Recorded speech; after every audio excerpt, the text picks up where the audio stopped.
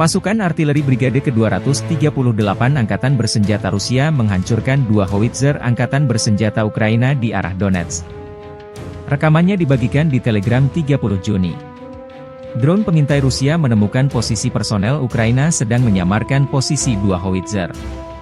Koordinat dikirimkan ke tim artileri yang menuntaskan tugas dengan akurat, demikian keterangan videonya.